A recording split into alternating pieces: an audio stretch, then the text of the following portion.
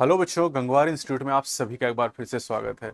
मैं हूं डॉक्टर हरिओम गंगवार। बच्चों, नीट के लिए एनसीईआरटी लाइन बाय लाइन में अगला जो चैप्टर हमारा है दिस इज एवोल्यूशन।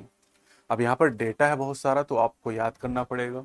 तो चलिए, क्या क्या इंपॉर्टेंट पॉइंट है वो हम लोग देख लेते हैं यहाँ पर। तो सबसे पहले यहाँ पर हम लोग ये समझते हैं कि जो स्टेलर डिस्टेंस होती है, यानी जो सितारों के बीच की दूरी होती है, उसको लाइट ईयर्स में मेजर करते हैं। Light years is the unit of distance, not time. ये फिजिक्स का डायरेक्ट क्वेश्चन भी होगा। अब यहाँ पर यूनिवर्स की अगर बात करें तो यूनिवर्स बहुत ही वास्ट है। और अगर हम अर्थ की तुलना करें तो अर्थ यूनिवर्स के सामने एक स्पेक यानी कण के बराबर है। यूनिवर्स कितना पुराना है? 20 बिलियन ईयर ओल्ड, यानी 20 अरब साल पुराना है ये। अब यूनिवर्स बना किससे है? तो बहुत सारी गैलेक्सीज से मिलकर यूनिवर्स का फॉर्मेशन हुआ है। और गैलेक्सीज किससे बनी है? स्टार्स से and clouds of gas and dust. अब यूनिवर्स की ओरिजिन की जो थ्योरी है वो बिग बैंग थ्योरी है ना। ये हमें बताती है कि यूनिवर्स की ओरिजिन कैसे हुई। और इस थ्योरी में बताया गया सिंगुलर यानी एक ह्यूज एक्सप्लोजन, बहुत बड़ा विस्फोट हुआ, unimaginable in physical term. The universe expanded and hence the temperature came down, temperature कम हो गया। Hydrogen and helium form some time later, कुछ समय बाद हाइड्रोजन एंड हीलियम बना। Gases condensed under gravitation and form the galaxies of the present day universe. In the solar system of Milky Way galaxy, हम जिस galaxy में हो Milky Way galaxy है, was supposed to have been formed about 4.5 billion year back. There was no atmosphere on early Earth. Water vapor, methane, carbon dioxide, and ammonia released from the molten mass covered the surface. The UV rays from sun broke up water into hydrogen and oxygen, and the lighter hydrogen escaped. Oxygen combined with ammonia and methane to form water, CO2 and others. The ozone layer was formed. अब ozone बन गए तो UV light आना बंद हो गई. As it cooled, the water vapor fell as rain to fill all the depression and form the oceans.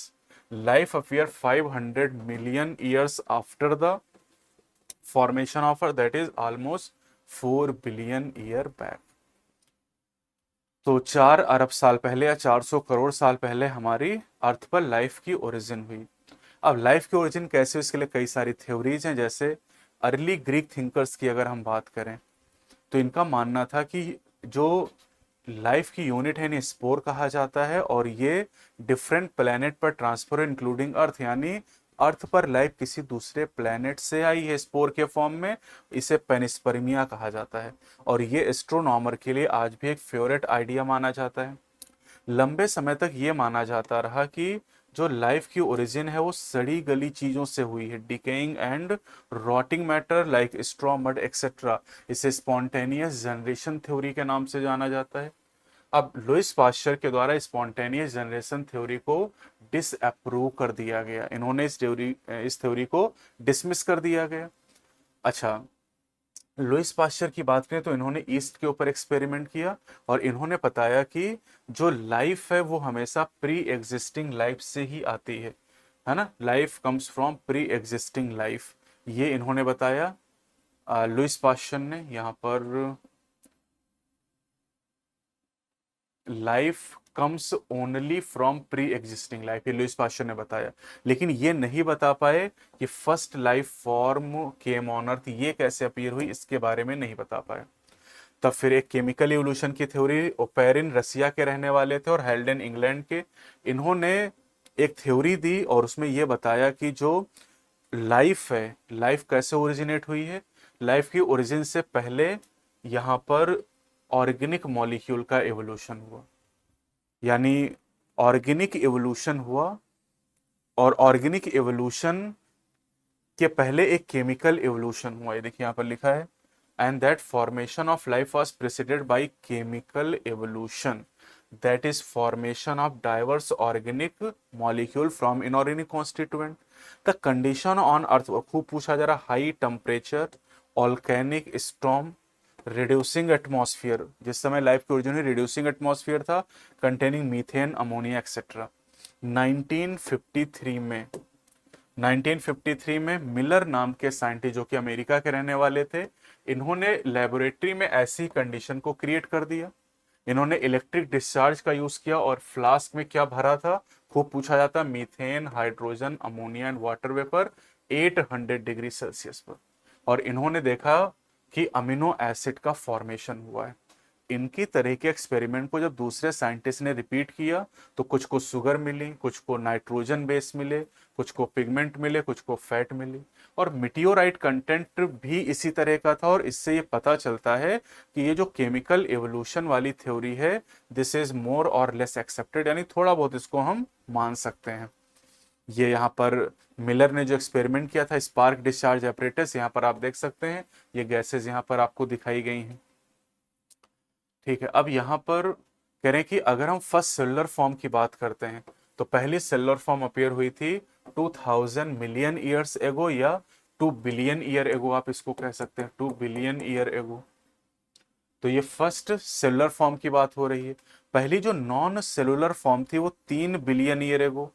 First non cellular form 3 billion year ago आप यह कह सकते हो, या 3000 मिलियन आप इसको कह सकते हैं, क्योंकि 1 बिलियन 1000 मिलियन के बराबर होता है। ठीक, अब आते हैं evolution of life form theory. जितने भी इंपॉर्टेंट पॉइंट है वही हम इस समय कवर कर सकते हैं। तो कन्वेंशनल रिलीजियस लिटरेचर हमें बताता है थ्योरी ऑफ स्पेशल क्रिएशन के बारे में। स्पेशल क्रिएशन में 3 कॉन्टेशन दिए गए।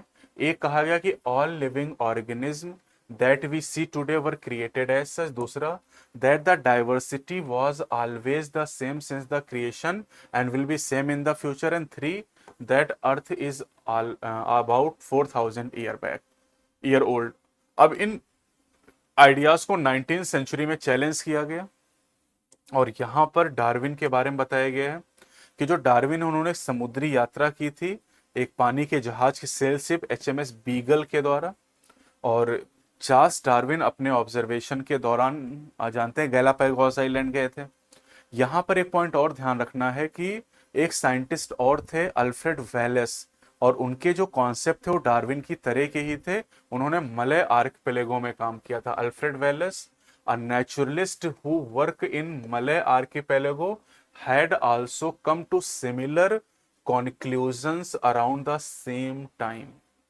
मतलब डार्विन के समय वेलेस के भी एक्सपेरिमेंट आए थे उसी समय। तो अब आते हैं एविडेंसेस फॉर इवोल्यूशन की बात करते हैं। तो एविडेंस में सबसे पहला जो एविडेंस है वो फॉसिल से मिलता है, और फॉसिल की स्टडी को हम लोग पैलिएंटोलॉजी के नाम से जानते हैं। फॉसिल की स्टडी, तो बहुत सारे ऑर्गेनिज्म एक्सटिंक्ट हो चुके हैं, जैसे डायनासोर की बात करें तो इनकी बॉडी के जो हार्ड पार्ट होते हैं, ये fossils are the remains of hard part of the life form found in rocks.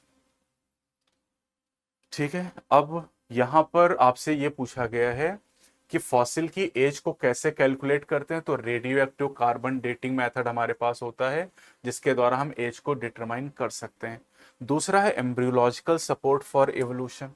Embryological support of evolution की अगर हम बात करते हैं तो ये प्रपोज किया गया था अर्नेस्ट हेकल के द्वारा, लेकिन कार्ल अर्नेस्ट वॉन बेयर के द्वारा इस प्रपोजल को डिसअप्रूव कर दिया गया।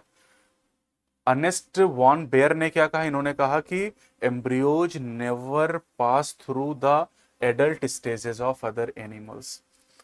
अगला एविडेंस हमारे पास है जहां पर हम कंपैरेटिव एनाटॉमी एंड मॉर्फोलॉजी यानी होमोलॉगस और एनालॉगस ऑर्गन की बात करते हैं, और ये भी खूब आपसे पूछे भी जाते हैं। तो चलिए यहां पर देखते हैं, जैसे वेल, बैट, चीता एंड ह्यूमन, ये सभी मैमल हैं, और इनमें जो 4 लिम्ब में बोन का पैटर्न होता है वो सिमिलर होता है। मतलब इन सभी के पास humerus, radius, ulna, carpal, metacarpal and phalanges होते हैं, और इस वजह से हम कहेंगे कि भैया ये होमोलॉगी शो कर रहे हैं। तो होमोलॉगस ऑर्गन उन्हें कहते हैं जिनकी ओरिजिन सेम होती है, फंक्शन सेम हो भी सकता है और नहीं भी हो सकता है, और ये homologous organ divergent evolution show करते हैं।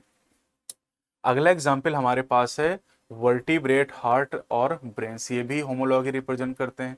साथ ही साथ अगर हम बात करते हैं thorns of bougainvillea and tendril of cucurbita, तो ये भी होमोलॉगी रिप्रेजेंट करते हैं, क्योंकि थॉर्न और टेंडिल दोनों बेटा एक्सिलरी बट का मॉडिफिकेशन है, लेकिन अगर हम थॉर्न की बात करते हैं तो ये प्रोटेक्शन में रोल प्ले करते हैं और टेंडिल जो होते हैं सपोर्ट का काम करते हैं। तो फंक्शन अलग है लेकिन ओरिजिन सेम हो जाएगी।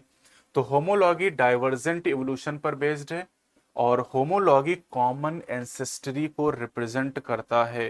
होमोलॉगी इंडिकेट कॉमन एंसेस्ट्री, ये भी इंपॉर्टेंट पॉइंट यहां पर है। अब एनालॉगी की अगर हम बात करते हैं तो एनालॉगी में क्या होता है कि ओरिजिन डिफरेंट होती लेकिन फंक्शन सेम होते हैं। तो wings of butterfly and bird, ठीक है, ये एनाटॉमिकली डिफरेंट है लेकिन उड़ने का ही काम करते हैं, तो ये एनालॉगस स्ट्रक्चर हो जाएंगे और ये कन्वर्जेंट इवोल्यूशन को शो करते हैं। इसके अलावा और भी हमारे पास एग्जाम्पल हैं, eye of the octopus and mammals, flippers of the penguins and dolphins, है ना। और इसके अलावा potato and sweet potato. Potato stem modification, sweet potato root modification है, दोनों की ओरिजिन अलग है लेकिन फंक्शन सेम है। इसी तरीके से कुछ सिमिलरिटी प्रोटीन और जीन में होती हैं जो कॉमन एंसेस्ट्री के बारे में हमें जानकारी देती हैं। इसके अलावा एनिमल और प्लांट ब्रीडिंग से भी हमें सबूत मिलते हैं। तो एग्रीकल्चर, हॉर्टिकल्चर, स्पोर्ट और सिक्योरिटी के लिए मैन अलग अलग तरह की प्लांट और एनिमल की ब्रीड को पालता है। तो जैसे यहाँ पर डॉग के बारे में बताया गया कि ह्यूमन ने बहुत सारी ब्रीड की, अलग अलग ब्रीड के डॉग डेवलप किए हैं, और अगर ह्यूमन ये काम कर सकता है तो फिर नेचर क्यों नहीं कर सकता, तो नेचर ने किया ही है। एक और ऑब्जर्वेशन इंग्लैंड से आया है जहां पर हमें यह पता चलता है कि जो नेचुरल सिलेक्शन है, नेचुरल सिलेक्शन जो है ये भी इवोल्यूशन कराता है। तो इंग्लैंड में 1850s में मौत को कलेक्ट किया गया, और 1850s वो समय जब इंडस्ट्रीज नहीं लगी थी, बिफोर इंडस्ट्रियलाइजेशन। तो ये ऑब्जर्व किया गया कि डार्क विंग जो मॉथ थे वो कम थे और व्हाइट विंग मॉथ ज्यादा थे ट्रीज के ऊपर। डार्क विंग की तुलना में या मिलेनाइज की तुलना में व्हाइट विंग मॉथ ज्यादा थे। अब उसी एरिया में जब 1920s यानी after industrialisation, post industrialisation period में जब उसी एरिया में कलेक्शन किया गया तो ये पता चला कि प्रोपोर्शन उल्टा हो गया, यानी जो डार्क विंग मॉथ थे वो ज्यादा हो गए व्हाइट विंग की तुलना में। क्या हुआ ऐसा? तो प्री इंडस्ट्रियलाइजेशन टाइम में जो जब पोल्यूशन नहीं था, तो पोल्यूशन नहीं था तो लाइकेन पोल्यूशन इंडिकेटर होते हैं, तो उन एरिया में लाइकेन ग्रो कर गए। ठीक है, लाइकेन ग्रो कर गए, और जब लाइकेन वहां पर ग्रो करते थे तो लाइकेन व्हाइट कलर के थे, है ना, लाइकेन व्हाइट कलर के थे बिफोर इंडस्ट्रियलाइजेशन सेट इन। ठीक है, growth of almost white coloured lichen cover the trees in that background, white wing moss survived and dark wing were picked out by predator. लेकिन जब post industrialisation period की बात करते हैं, post industrialisation period 1920 के बाद, तो ट्री ट्रंक बिकम डार्क क्योंकि लाइकेन पोल्यूटेड एरिया में ग्रो नहीं करेंगे। तो इस कंडीशन में व्हाइट विंग मॉथ जो थे वो सरवाइव नहीं कर पाए प्रेडेटर की वजह से, डार्क विंग या मेलेनाइज मॉथ सरवाइव करते हैं। यानी जो कंट्रास्टिंग बैकग्राउंड में दिखाई देगा वो मारा जाएगा, जो कंट्रास्टिंग में छिप जाएगा, मतलब जो बैकग्राउंड में छिप जाएगा वो बच जाएगा। तो यानी यहां पर ये देखिए लिखा भी कि lichen can be used as industrial pollution indicator, they will not grow in areas that are polluted, hence moth that were able to camouflage themself, जो अपने आप को छिपा लेते हैं, hide in the background, survived. अब कह रहे हैं कि अगर रूरल एरियाज की बात करें, ग्रामीण क्षेत्रों में जहां पर अभी इंडस्ट्रियलाइजेशन नहीं हुआ है, वहां पर जो मिलेनिक मॉथ का काउंट है वो लो है। इसका मतलब कि जो ऑब्जर्वेशन है एकदम सही है, क्योंकि रूरल एरिया में पोल्यूशन नहीं है, लाइकेन होंगे और लाइकेन व्हाइट कलर के, तो मिलेनिक मॉथ की वहां पर पॉपुलेशन कम हो जाएगी, उनका शिकार ज्यादा होगा, लेकिन कोई भी वेरिएंट पूरी तरीके से खत्म नहीं होगा। अब आते हैं एंथ्रोपोजेनिक एवोल्यूशन की बात करते हैं। तो excess use of herbicide, pesticide, antibiotic, है ना, has only resulted in selection of resistant varieties in much lesser time scale. This is also true for the microbe against which we use antibiotic or drug against eukaryotic orium. ये NEET में सवाल पूछा जा चुका है। These are the example of evolution by anthropogenic action. Anthropogenic action. अब आते हैं एडॉप्टिव रेडिएशन की बात करते हैं। हम जानते हैं कि डार्विन अपनी जर्नी के दौरान गैलापागोस आइलैंड गए थे, और वहां पर इन्होंने एक स्मॉल ब्लैक बर्ड को देखा जिसे बाद में डार्विन फिंचेस के नाम से जाना गया, और इन्होंने ऑब्जर्व किया कि उस आइलैंड पे अलग अलग शेप के बीक की डार्विन फिंचेस हैं, और ये सब एक कॉमन एंसेस्टर से ही डेवलप हुई हैं। ठीक है। और ओरिजिनल जो सीड ईटिंग हैबिट वाली बर्ड थी, उससे अलग अलग तरह की चिड़िया का विकास हुआ, उनमें अलग अलग तरह की बीक थी, कुछ इंसेक्टिवोरस हो गई, कुछ वेजिटेरियन हो गई, कुछ कैक्टस फीडिंग हो गई। तो अब ये एडॉप्टिव रेडिएशन है क्या? तो the process of evolution of different species in a given geographical area starting from a point and literally radiating to other areas of geography is called adaptive radiation। मतलब एक कॉमन एंसेस्टर है और उससे कई सारी अलग अलग जातियों का विकास होना कहलाता है एडाप्टिव रेडिएशन। तो एडाप्टिव रेडिएशन के 3 केस आपको ध्यान रखने। पहला डार्विन फिंचेस, दूसरा एग्जाम्पल है ऑस्ट्रेलियन मार्शुपियल, और तीसरा है placental mammal in Australia, placental mammal in Australia. अब एक चीज और ध्यान दीजिएगा, when more than one adaptive radiation appear to have occurred in an isolated geographical area, one can call this convergent evolution।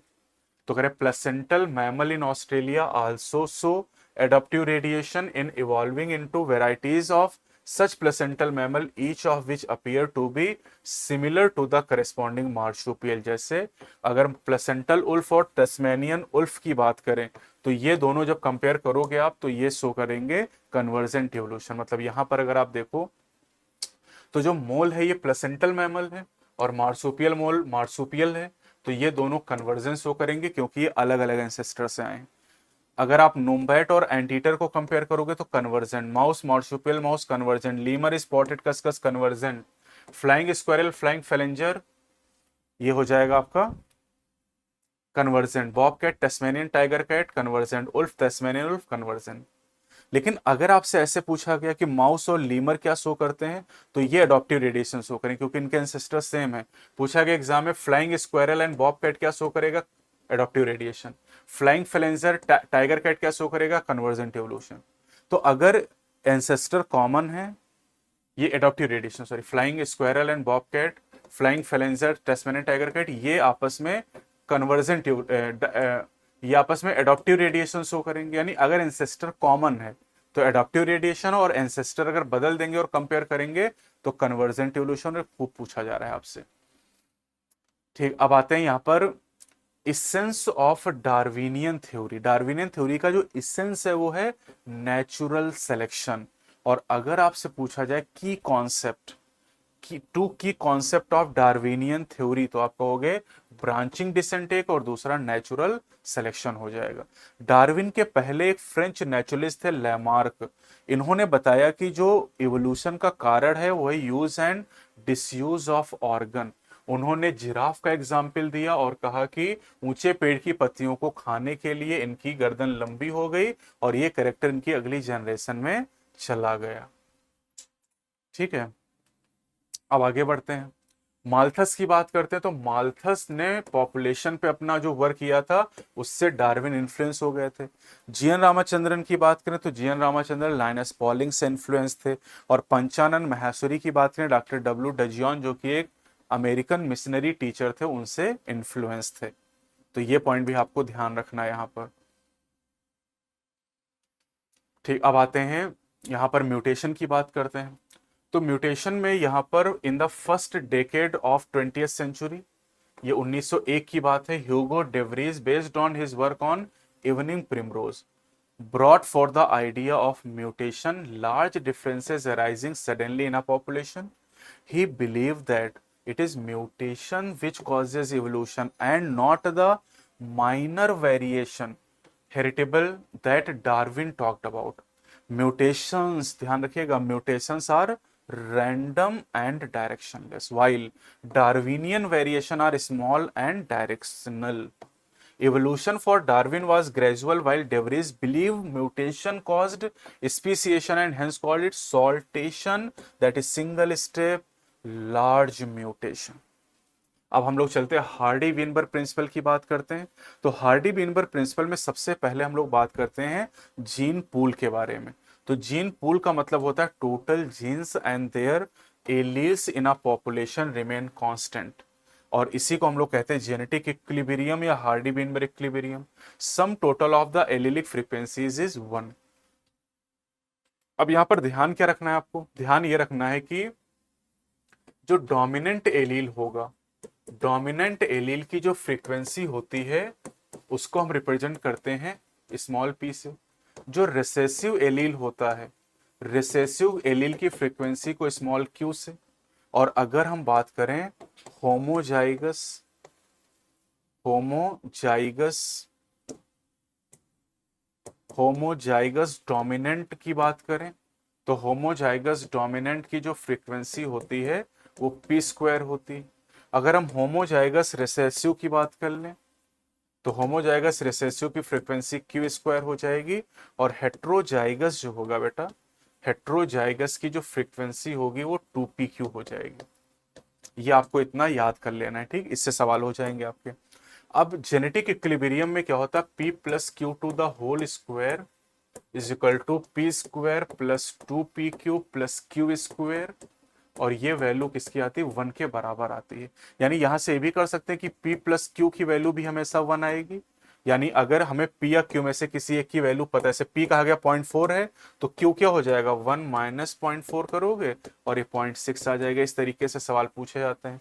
तो आपसे ऐसे कहा गया कि p 0.4 है, बताओ हेट्रोजाइगस कितना होगा। तो हेट्रोजाइगस हमें पता है 2pq, p हमें 0.4 दिया हुआ है, तो यहाँ 0.4 क्यू एक से माइनस कर लेंगे 0.6 हो जाएगा। तो 6 चौक 24 दूनी 48, ये आ जाएगा 0.48 आंसर। इस तरह के सवाल खूब आते हैं, तो उसके लिए इतना बस पता होना चाहिए। अब उसमें इतनी बहुत सारी कहानी जो लिखी है आप नहीं याद कर पाओगे, ठीक है। अब जितने भी क्वेश्चन हम सॉल्व करते हैं वो इक्विलिब्रियम मान के सॉल्व करेंगे, ठीक है। अब आगे बढ़ते हैं। अब करें कि अगर इक्विलिब्रियम नहीं है तो डिस्टरबेंस इन जेनेटिक इक्विलिब्रियम और Hardy Weinberg equilibrium, that is change in frequency of allele in population would be interpreted as resulting in evolution। अगर ये वैल्यू 1 के बराबर नहीं आती तो फिर इवोल्यूशन हो रहा है। जब तक इक्विलिब्रियम रहेगा तब तक इवोल्यूशन नहीं होगा, ठीक। अब कह रहे हैं 5 फैक्टर ऐसे हैं जो हार्डी बीनबर इक्विलिब्रियम को अफेक्ट करते हैं। कौन कौन से, जीन माइग्रेशन और gene flow, genetic drift, mutation, genetic recombination and natural selection. अब अगर पॉपुलेशन का एक सेक्शन किसी दूसरी जगह चला जाता है तो इसे हम लोग नाम देते हैं जीन माइग्रेशन, जीन माइग्रेशन कहते हैं। और अगर जीन माइग्रेशन कई बार होता है तो इसे जीन फ्लो कहा जाता है। और अगर जीन माइग्रेशन बाई चांस होता है तो इसे जेनेटिक ड्रिफ्ट के नाम से हम लोग जानते हैं। और जेनेटिक ड्रिफ्ट का एक इफेक्ट होता है फाउंडर इफेक्ट, ये आपको सीधे याद कर लेना है, ये जेनेटिक ड्रिफ्ट का ही प्रभाव होता है, ठीक है। अब यहां पर नेचुरल सिलेक्शन 3 काम कर सकता है। Natural selection stabilization, in which more individual acquire mean character value, यानी जो पॉपुलेशन पहले से ज्यादा वही और ज्यादा हो जाएगी। Directional change, more individual acquire value other than the mean character value. या disruption, more individual acquire peripheral character value at both ends of the distribution curve, जैसे यहां देख सकते हैं। ये स्टेबलाइजेशन दिखाया गया, peak get higher and narrower, medium size और बढ़ गए। Peak shift in one direction, मतलब ये डायरेक्शनल चेंज हो गया। और जैसी 2 पीक बनेंगी ये डिसरप्शन को बताएगा, दिस इज डिसरप्शन। तो डायग्राम देख के भी आप बता सकते हैं स्टेबलाइजेशन, ये हो जाएगा डायरेक्शनल चेंज और ये हो जाएगा डिसरप्शन यहां पर। अब आते हैं ब्रीफ अकाउंट ऑफ इवोल्यूशन। यहाँ कुछ डेटा हम जानते हैं कि 2000 मिलियन साल पहले फर्स्ट सेलुलर फॉर्म लाइफ की अपीयर हुई थी, है ना। और उसके बाद आगे हम बढ़ते हैं तो 500 मिलियन साल पहले, 500 माया पढ़ सकते हैं इसको, इनवर्टिब्रेट अपीयर हुई। Invertebrate were formed an active jawless fish, Cyclostomata जिनको आप कहते हैं, ये 350 माया पहले अपीयर हुए। सी वीड और कुछ प्लांट अपीयर हुए 320 माया। और पहले ऑर्गेनिज्म जो पानी से जमीन पे रहने के लिए आए वो प्लांट थे, और प्लांट जब फैल गए तब एनिमल पानी से बाहर निकल के आए। Fish with stout and strong fin could move on land and go back to water, ये 350 माया पहले हुआ था। 1938 में एक फिश को पकड़ा गया साउथ अफ्रीका में, सिलोकैंथ कहते हैं इसे। और इसके बारे में माना जाता था कि एक्सटिंक्ट हो चुकी है। और इन एनिमल को लोफिन्स कहा जाता है। और यही इवॉल्व हुए किसमें, फर्स्ट एम्फीबियन में ये इवॉल्व हो गए, जो कि पानी में भी रह सकते थे और पानी के बाहर भी रह सकते थे। इनका कोई स्पेसिमेन हमारे पास नहीं है। अब कह रहे हैं कि ये जो एम्फीबियंस थे यही एम्फीबियन इवॉल्व हुए रेप्टाइल में। और रेप्टाइल जो थे इनमें थिक शेल्ड एग पाए जाते थे जिसकी वजह से धूप में नहीं सूखते थे। अब अगले करीब 200 मिलियन साल तक रेप्टाइल का धरती पर राज रहा। उसी समय जायंट फर्न यानी टेरिडोफाइट थे जो कि गिर गए और इन्हीं से धीरे धीरे कोयले का फॉर्मेशन हुआ। कुछ लैंड रेप्टाइल पानी में वापस गए और फिश लाइक रेप्टाइल में डेवलप हुए करीब 200 मिलियन साल पहले, जैसे ichthyosaur, this is fish like reptile. और लैंड रेप्टाइल जो थे वो डायनासोर्स थे, और सबसे बड़े जो डायनासोर्स की बात करें तो टायरानोसॉर्स रेक्स था जो 20 फीट हाइट का था, और इसमें बहुत ही डरावने डैगर लाइक टीथ थे। करीब 65 मिलियन ईयर एगो, 6.5 करोड़ साल पहले dinosaur suddenly disappeared from the earth. क्यों गायब हुए, क्यों एक्सटिंक्ट हुए, कोई नहीं जानता है। Some say climate, most of them evolve into bird, some say climatic changes kill them, but truth may live in between. मतलब कि कुछ क्लाइमेटिक चेंजेस की वजह से मारे गए और कुछ बर्ड में इवॉल्व हो गए। Small size reptile of that era still exist today. कौन सा era? Mesozoic era. First mammals were like shrews. The fossils, उनके फॉसिल स्मॉल, श्रियूज मतलब छछूंदर की तरह के थे। मैमल्स हम जानते हैं वीवी पैरस नेचर के हैं और ये अपने बच्चे को प्रोटेक्ट करते हैं, ये इंटेलिजेंट होते हैं, और जब रेप्टाइल कम हुए तो मैमल का धरती पर राज हो गया।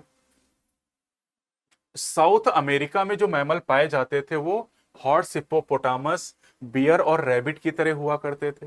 कॉन्टिनेंटल ड्रिफ्ट की वजह से जब साउथ अमेरिका और नॉर्थ अमेरिका ज्वाइन हुए तो जो नॉर्थ अमेरिकन एनिमल थे, है ना, नॉर्थ अमेरिकन एनिमल ने साउथ अमेरिकन एनिमल को मार दिया, कुचल दिया। और ऐसा ही कॉन्टिनेंटल ड्रिफ्ट एक और हुआ जिसकी वजह से ऑस्ट्रेलिया बाकी कॉन्टिनेंट से अलग हो गया। Pouched mammal of Australia, pouched mammal मतलब marsupial mammal, survive because of lack of competition from any other mammal. अब कुछ मैमल ऐसे होते हैं जो पूरी तरीके से वाटर में रहते हैं, whale, dolphins, seal and sea cow, ये पूरी तरीके से पानी में पाए जाते हैं। हॉर्स, एलिफेंट, डॉग की स्पेशल कहानी है, लेकिन सबसे सफल कहानी है ह्यूमन की, evolution of man due to language skill and self consciousness. अब आते हैं origin and evolution of man की बात करते हैं। अबाउट 15 माया यानी करीब 1.5 करोड़ साल पहले की बात करें, primates like Dryopithecus and Ramapithecus were existing. They were hairy and walked like gorillas and chimpanzees. Ramapithecus was more man-like while Dryopithecus was more ape-like. Correct. Few fossils of man-like bone have been discovered in Ethiopia and Tanzania. These revealed hominid feature leading to believe that about 3 to 4 Maya man-like primate walked in eastern Africa. They were probably not taller than 4 feet but walked upright. अब 2 माया से शुरू करते हैं। 2 million साल पहले, 20 लाख साल पहले, Australopithecus probably lived in East African grassland. Evidence showed they hunted with stone weapon but essentially ate fruit. Some of the bone among the bone discovered were different. This creature was called the first human-like being, hominid, and was called Homo habilis. The brain capacities were between 650 to 800 cc. They probably did not eat meat. ये भी मांस नहीं खाते थे. Fossil discovered in Java in 1891 revealed the next state, that is Homo erectus, about 1.5 Maya. इसका brain size बड़ा था, Homo habilis से 900 सीसी का था, और शायद ये मांस खाते थे। द नियंडरथल मैन, इनका ब्रेन साइज और बढ़ गया, 1400 cc, lived in Near East and Central Asia. ज्यादातर फॉसिल अफ्रीका के हैं लेकिन ये एशिया का है। Between 1 lakh to 40,000 years back. They used hide to protect their body, जानवर की खाल यूज करते थे। बरीड देयर डेड, दफनाने की प्रथा भी इन्होंने ही शुरू की थी। फिर कह रहे हैं Homo sapiens arrows in Africa. Homo sapiens Africa में ओरिजिनेट हुआ और अलग अलग कॉन्टिनेंट में मूव करता है। ड्यूरिंग आइस एज 75,000 से 10,000 साल पहले modern Homo sapiens arrows. Pre historic cave art developed about 18,000 years ago. One such cave painting by prehistoric human can be seen at Bhimbetka rock shelter in Raisen district of Madhya Pradesh. Agriculture की शुरुआत हुई करीब 10,000 साल पहले और ह्यूमन सेटलमेंट स्टार्ट हो गया। एक डायग्राम यहां पर दिया गया है, ये बेबी चिंपैंजी स्कल है, ये एडल्ट चिंपैंजी स्कल है और ये एडल्ट ह्यूमन स्कल है। तो बेबी चिंपैंजी का स्कल आपको दोनों से कंपेयर करना है। तो बेबी चिंपैंजी का स्कल एडल्ट ह्यूमन की तरह लग रहा है या फिर एडल्ट चिंपैंजी से ज्यादा मैच कर रहा है? तो बेबी चिंपैंजी का स्कल एडल्ट ह्यूमन से ज्यादा मैच कर रहा है। यहाँ लिखा है the skull of baby chimpanzee is more like adult human skull than adult chimpanzee skull. तो ये आपका चैप्टर हो गया यहाँ पर एवोल्यूशन। और समरी की बात करें तो समरी में क्या क्या पॉइंट इंपॉर्टेंट हो सकते हैं देखते हैं जरा। यहाँ पर लिखा है most scientist believe chemical evolution that is formation of biomolecule preceded the appearance of the first cellular form of life. The subsequent event as so what happened to the first form of life is conjectured story, संदेह उसमें, based on Darwinian ideas of organic evolution by natural selection. Diversity of life form on earth has been changing over millions of years. It is generally believed that variation in a population result in variable fitness. Other phenomena like habitat fragmentation and genetic drift may accentuate these variation leading to appearance of new species and hence evolution. Homology is accounted for by the idea of branching descent, study of comparative anatomy, fossils and comparative biochemistry provide evidence for evolution. Among the stories of evolution of individual species, the story of evolution of modern man is most interesting and appear to parallel evolution of human brain and language. Self consciousness language skill ये develop हुई। तो ये हमारा chapter होगा evolution. जितने भी important point थे मैंने कोशिश की है कि ये मैं यहाँ पर आपको बता दूं और ये कम से कम पॉइंट आपको आने चाहिए। तो अब हम एक नए चैप्टर के साथ फिर से मिलेंगे। चैनल पे नए तो चैनल को सब्सक्राइब जरूर करें, वीडियो को लाइक और शेयर करना बिल्कुल भी ना भूलें। जय हिंद, जय भारत। हाँ हाँ, नाचना है।